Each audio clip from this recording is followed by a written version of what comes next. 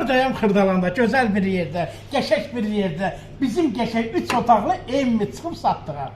Bəh. Bu bunun həyəti. Görürsən, padvanı var, padvanı, quru padvan. 1, 2, 3, 4, 5, 6, 7 daş kürsülü. Bəh. Dönəcəm solayı. Bu bunun kukurası. Görürsün ne güzel buna var. Otak boyda. Otak boyda. Bura bunun zalı. Görürsən, qəşəng televizi qoymağa yeri, işıqlı.